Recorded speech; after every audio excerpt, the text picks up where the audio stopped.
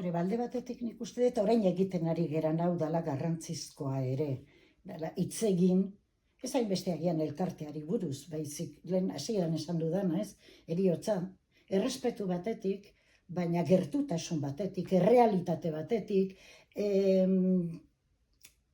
hori behintzat, esan nahi dut.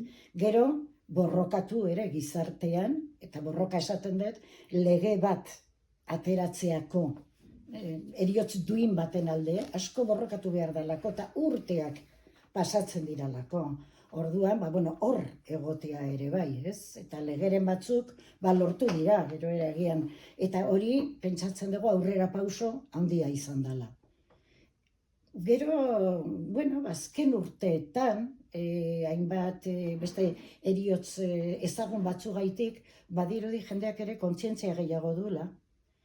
Baina hala ere, portzentaiak agian ikusiaz, gira oso biztanleriaren oso 0, txikia. Bai, hortaz, jarraitu behar da. Hitz egiten, zabaltzen. Nik uste dut, gauza oso importante bat egin zula gure elkarteak. Batez ere hasierak hortan. Eta izan zen heriotza duinaz hitzitea. Duintasunaz.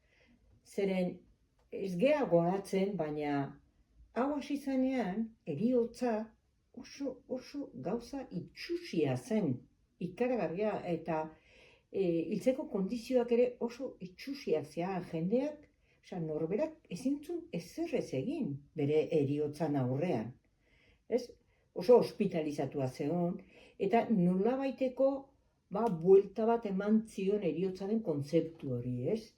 Sartu zuen, heriotza bai, baina heriotzak duina izan behar du.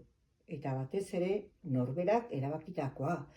Eta batez ere, ez medikuak esaten duten momentukoa, baizik hori baino lehenago gauza gehiago daude, ez da nola esan. Eta nik uste hori oso importantea izan zala, duintasunaren gauza, eta nolabaiteko debate sozial bat irikizun bizartean. Eta nik horregan txiko nioke ere, erlijioak izan duen papera, kontu hontan zuk esan dezunean gauza beltza, iluna, tristea, ez dezagun ahaztu, herri hontan ere, Jangoikoaren eskutan zegoela ere heriotza.